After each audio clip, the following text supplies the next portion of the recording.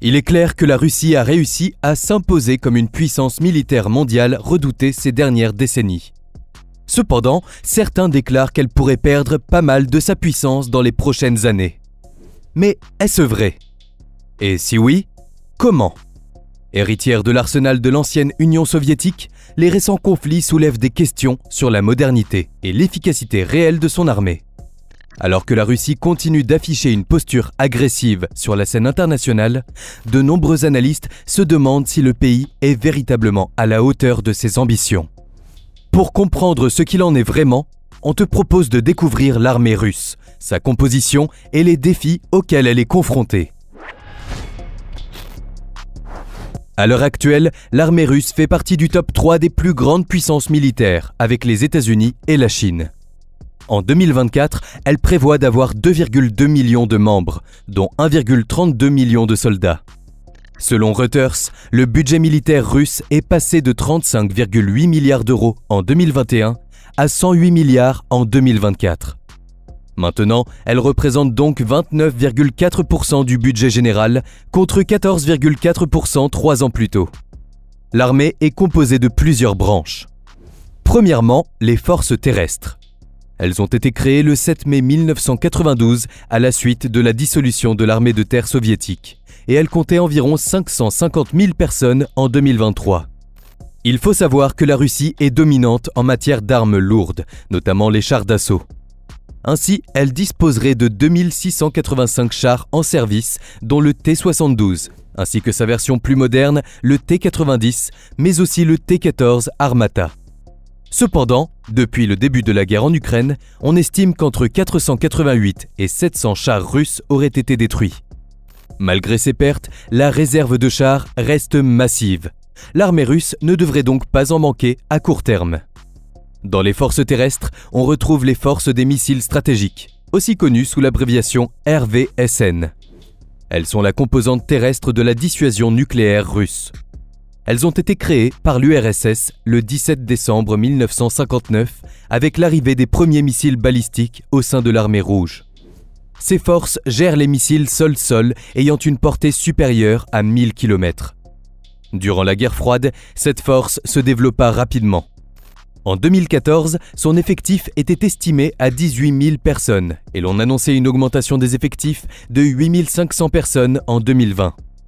On peut aussi parler des troupes aéroportées de la Fédération de Russie, également connues sous l'abréviation VDV. Ce sont des unités des armées de terre qui sont transportées au combat par des moyens aériens et larguées en parachute. Elles sont l'un des instruments les plus importants de la Russie, servant de force de réaction rapide pour les conflits locaux, soutenant des opérations spéciales ou frappant derrière les lignes ennemies dans une guerre conventionnelle. Elles ont été créées en 1992, succédant aux troupes aéroportées de l'Union soviétique.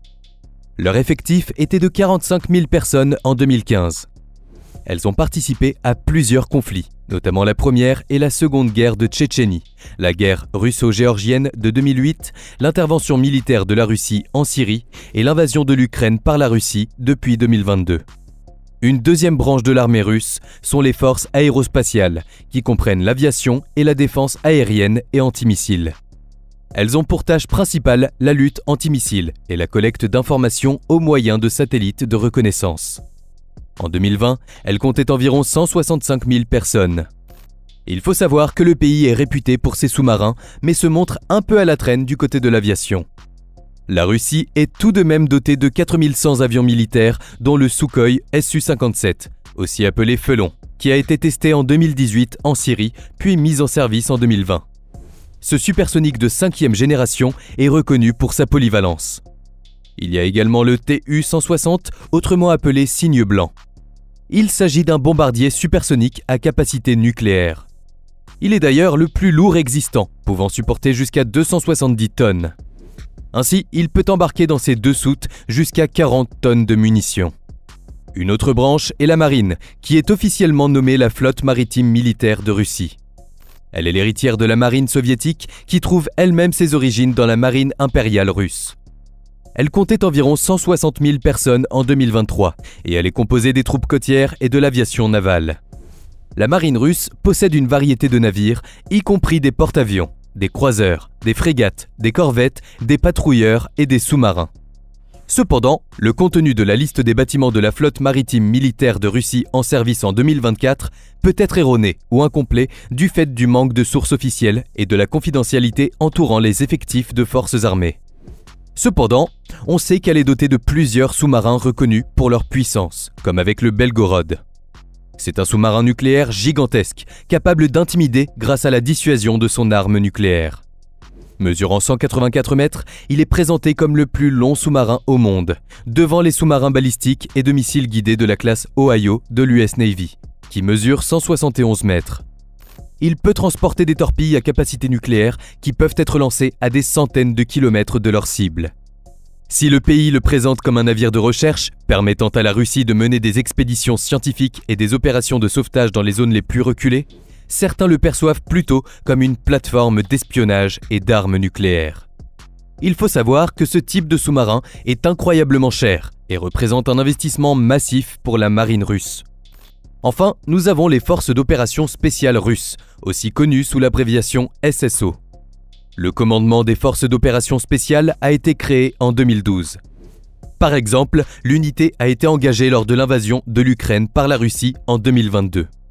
Il est important de noter que cette dernière est différente de la garde nationale russe, également connue sous le nom de Rosgvardia, qui est une force militaire interne du gouvernement russe.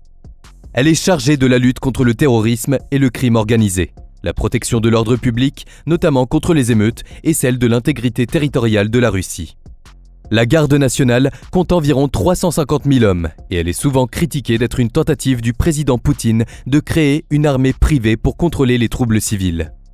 Elle dispose de véhicules blindés de transport de troupes et d'artillerie légère. On peut aussi noter que la Russie possède le plus important arsenal de têtes nucléaires au monde. Ce qui inquiète de nombreux experts, surtout depuis le début de la guerre en Ukraine. D'ailleurs, au début de l'année 2024, le président Vladimir Poutine a vanté l'armement nucléaire de son pays, assurant que son arsenal était prêt pour une guerre nucléaire. Il a également ajouté qu'il n'a pas l'intention d'utiliser ses armes contre l'Ukraine. Pourtant, il y a quelques mois, il avait mis en avant vouloir déployer des armes nucléaires tactiques sur le territoire de son allié, la Biélorussie, pays frontalier de l'Ukraine, de la Pologne et de la Lituanie. D'autres responsables russes avaient également menacé de se servir de l'arme nucléaire en Ukraine en cas d'escalade significative du conflit. Ainsi, le pays détiendrait 5 889 ogives nucléaires contre 5 244 pour les États-Unis. Ensemble, ces deux pays possèdent 90% des armes nucléaires mondiales. Mais pour mieux comprendre le nucléaire russe, il faut se pencher sur la relation entre les deux pays et l'accord New START. C'est un traité de réduction des armes nucléaires signé par les États-Unis et la Russie le 8 avril 2010 à Prague, en République tchèque. Il est entré en vigueur après sa ratification le 5 février 2011. Selon les termes du traité, le nombre de lanceurs de missiles nucléaires stratégiques sera réduit de moitié et limité à 700. Il prévoit également une réduction de 30% du nombre d'armes nucléaires stratégiques, soit 1550 têtes nucléaires. Cependant, il ne limite pas le nombre d'ogives nucléaires inactives stockées et ne concerne pas les armes nucléaires tactiques. Ils établissent aussi un nouveau système d'inspection et de vérification du respect des clauses de l'accord. Cet accord sera d'actualité jusqu'au 5 février 2026 au moins. Depuis le début de la guerre en Ukraine, plusieurs experts militaires ont mis en avant l'échec du projet de modernisation de l'armée russe qui avait été lancé en 2008. Ils ont également souligné que malgré cette tentative de modernisation et de réorganisation, il y a toujours une utilisation soviétique de l'outil militaire privilégiant l'effet de masse et l'intensité, ce qui la rend peu efficace. Qu'en est-il vraiment ? Le déclin ? L'armée russe a longtemps été caractérisée par son héritage soviétique, ce qui a entraîné une certaine vétusté de son équipement et de ses tactiques. Par exemple, l'armée possède toujours une quantité importante d'armes soviétiques, certaines étant en service depuis plus de 20 ans. Par exemple, beaucoup de ces chars sont anciens, certains datant de l'époque de l'Union soviétique, comme le T-61. C'est un char de combat qui est l'un des plus produits au monde. Il a également été le premier à être équipé d'un canon à arme lisse, ce qui a permis d'améliorer la précision et la vitesse de ses projectiles. En fait, en raison de ses pertes importantes lors de l'invasion de l'Ukraine, la Russie a dû se tourner vers ce type de char pour compenser ses déficits en équipement sur le champ de bataille. Mais malgré son âge, le T-62 reste un char robuste et fiable, bien qu'il ne soit pas à la hauteur des standards modernes en termes de protection et de puissance de feu. En février 2022, la Russie envahit l'Ukraine et la guerre commence. Après plus de 2 ans de conflit, l'État russe montre des difficultés et a connu une série d'échecs cuisants, tant sur le plan opérationnel que symbolique, ce qui a largement entamé la réputation de la deuxième armée du monde. Pourtant, l'arsenal militaire est un levier central de la politique étrangère de Vladimir Poutine, depuis bien longtemps. D'ailleurs, à France 24, Philippe Gros, chercheur à la Fondation pour la recherche stratégique, explique: la guerre en Ukraine a montré en réalité qu'il s'agissait sans doute de démonstrations Potemkin, plus que d'exercices militaires comme nous l'entendons dans nos armées. On s'est rendu compte que dans la pratique, le niveau de performance de l'armée russe à grande échelle était faible, en particulier en ce qui concerne le combat interarmes, qui concerne la synergie entre l'infanterie et les chars, l'artillerie par exemple, ou encore la coordination 3D. C'est-à-dire entre les actions des forces terrestres, de l'aviation, de la défense antiaérienne. Aux errances tactiques et à la faillite du renseignement militaire s'ajoutent aussi des dysfonctionnements majeurs de communication, ce qui a contraint des sous-officiers russes à s'exposer sur la ligne de front pour faire passer leurs ordres. Ainsi, fin mars 2022, l'Ukraine revendique la mort de 7 hauts gradés russes sur le champ de bataille, mettant en lumière la faiblesse de l'encadrement des troupes. Il faut savoir que dans toutes les armées occidentales, le sous-officier est le nerf de la guerre, car il est l'homme qui fait le lien entre les officiers, ceux qui donnent les ordres, et les troupes de base. Mais ce n'est pas tout. Ces ressources humaines diminuent aussi drastiquement. Pour cause, des centaines de milliers de soldats ont été tués ou blessés en Ukraine, et des centaines de milliers d'autres jeunes hommes ont fui le pays pour éviter un enrôlement de force. Ainsi, selon une estimation du chef de l'armée norvégienne communiquée le 22 janvier 2024, les affrontements en Ukraine depuis le 24 février 2022 auraient fait près de 180 000 morts ou blessés dans les rangs de l'armée russe et 100 000 du côté ukrainien. De son côté, Guillaume Ancel, ancien officier et écrivain, explique à La Dépêche: aujourd'hui, on sait que la Russie n'a pas réellement mobilisé toute sa société en économie de guerre, contrairement à ce que dit Poutine, car il n'en a pas les moyens et que ça mettrait tout le pays au bord de la ruine. Au contraire, on sait qu'il négocie un cessez-le-feu total, car il sait très bien qu'il lui faudrait 2 à 3 ans pour reconstruire toute son armée. Elle a été très endommagée par ces 2 années de guerre. D'un point de vue équipement évidemment, mais aussi d'un point de vue de la formation de l'encadrement militaire. Ça pose un sacré problème à Poutine. Le commandement actuel est d'une rare médiocrité. Les pertes se comptent par milliers. De plus, la BBC avait dévoilé que la Russie prévoyait que l'annexion complète de l'Ukraine devait être achevée avant août 2022. D'ailleurs, à ce sujet, Stéphane Courtois, historien militaire et auteur de l'ouvrage Le Livre noir de Vladimir Poutine, explique à France 24. Dans cette dictature de plus en plus personnelle, Poutine ne s'entoure que de gens qui lui servent le discours qu'il souhaite entendre. Il a été complètement désinformé par ses services qui lui promettaient la prise de Kiev en 3 jours. Au journal The Economist, Feng Yujun, chercheur chinois à l'université de Pékin et spécialiste de la Russie, met quant à lui une autre raison en avant. Selon lui, une des raisons du déclin de l'armée russe est la relation entre la Chine et la Russie. Si Pékin s'est affiché contre les sanctions occidentales infligées à Moscou et poursuit son soutien matériel, l'Empire du Milieu ne possède tout de même pas la même vision du monde que la Russie. Ainsi, l'expert explique que les relations entre les 2 pays ont été affectées par les événements de ces 2 dernières années. Ce qui pourrait avoir un impact direct sur la guerre en Ukraine.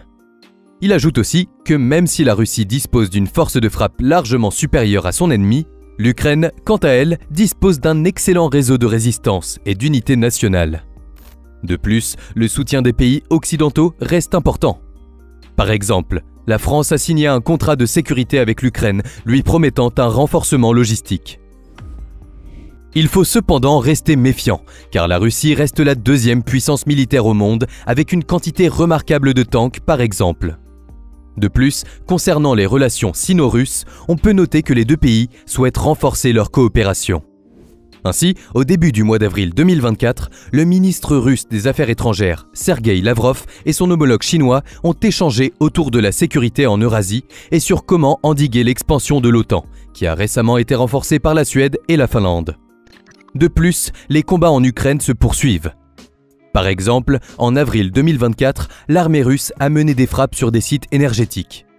34 missiles ont été lancés, dont 21 ont été abattus par l'armée ukrainienne. Il y aurait ainsi eu des dommages et 4 centrales thermiques ont été gravement endommagées. De son côté, la Russie a ajouté avoir abattu 68 drones ukrainiens. Il faut savoir qu'après son retrait du nord du pays, les attaques de l'armée russe dans le Donbass se sont doublées de frappes massives contre le réseau électrique ukrainien. Ainsi, plus de 50% du réseau a été endommagé durant l'hiver 2022-2023, selon la Banque mondiale, avec des dégâts estimés à hauteur de 12 milliards d'euros. Concernant le déclin de l'armée russe, on peut aussi noter qu'en avril 2024, le ministère russe de la Défense a affirmé avoir observé une hausse significative des recrutements. Cela est dû à l'attentat meurtrier du 22 mars contre une salle de concert près de Moscou, ayant fait au moins 144 morts. Parmi les nouveaux enrôlés, certains auraient dit qu'ils souhaitaient venger les victimes. Ainsi, selon les autorités russes, 16 000 personnes ont signé des contrats pour participer à la guerre en Ukraine en moins de 2 semaines.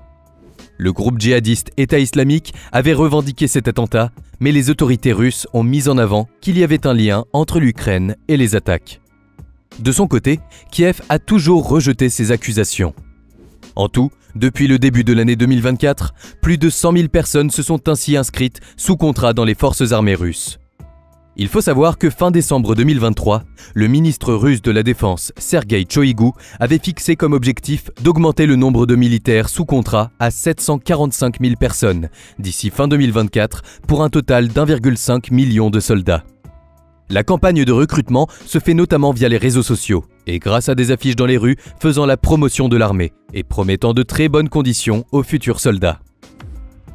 Même s'il est mis en avant que la puissance de l'armée russe est en déclin, on peut noter que les tensions avec l'Occident n'ont jamais été aussi fortes.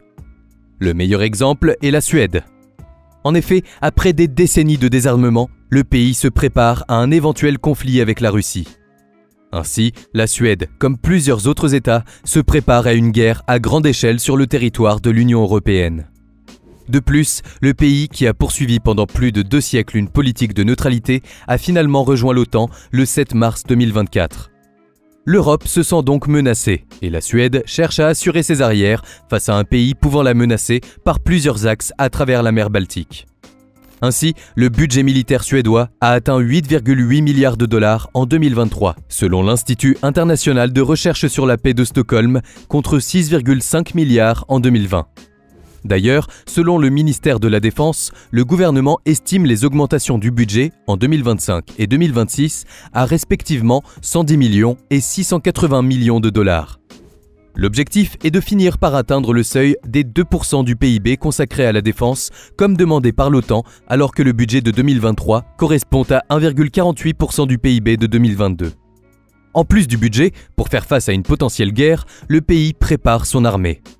Mais le gros point faible du pays est son réseau énergétique. Ce dernier est composé à 41% d'hydroélectrique, 29% de nucléaire, 19% d'éolien et environ 11% de cogénération, qui est un procédé permettant de produire de la chaleur et de l'électricité en parallèle. Une grande partie de cette production est effectuée dans le nord, comme à la centrale hydroélectrique de Porjus, située sur le fleuve Luleälv. Environ 16 000 km de lignes électriques, selon Bloomberg, connectent ainsi cette production nordique avec les villes du sud. Ces connexions nordiques seront probablement la première cible en cas de conflit entre Stockholm et Moscou, si l'on se réfère au cas ukrainien dont on te parlait un peu plus tôt dans cette vidéo. Pour faire face à un potentiel conflit, la Suède a donc restauré sa centrale électrique de Malmö, la 3e ville du pays, pour qu'elle puisse préserver le réseau électrique de la ville, même en cas d'attaque russe sur les infrastructures existantes. On peut aussi noter que depuis janvier 2024, le gouvernement remet en place une forme de service civil obligatoire, qui avait été démantelé après la guerre froide. Ce système permet au gouvernement de mobiliser des personnes avec de l'expérience dans les secteurs des secours municipaux et de l'approvisionnement en électricité.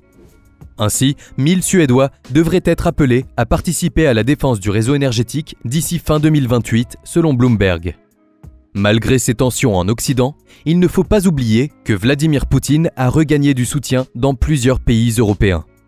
Par exemple, le nouveau président slovaque Robert Fico a pris son parti et lors du sommet de l'Union européenne en janvier 2024, le Premier ministre hongrois Viktor Orbán a mis son veto à une nouvelle aide financière à l'Ukraine.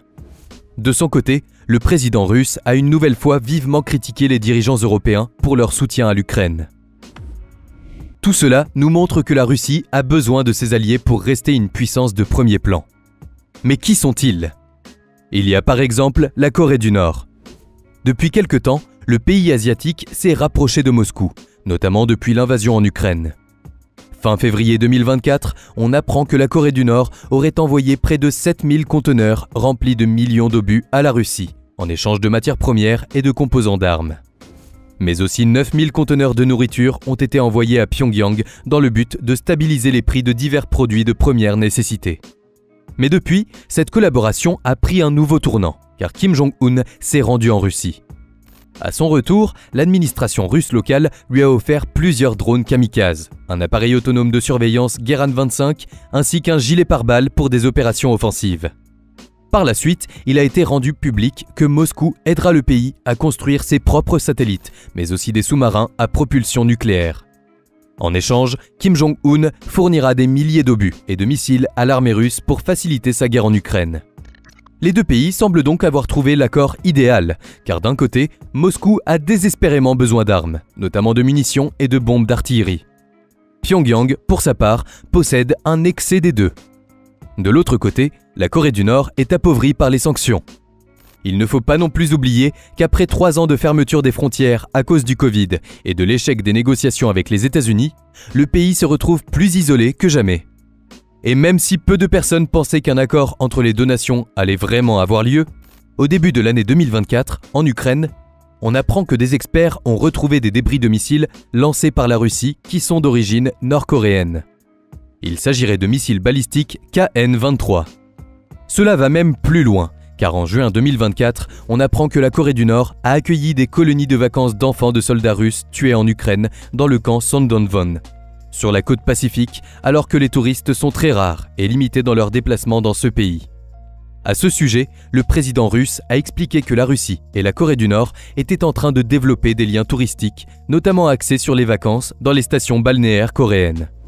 Il faut savoir que les deux pays partagent une petite frontière commune, située près de la ville russe de Vladivostok.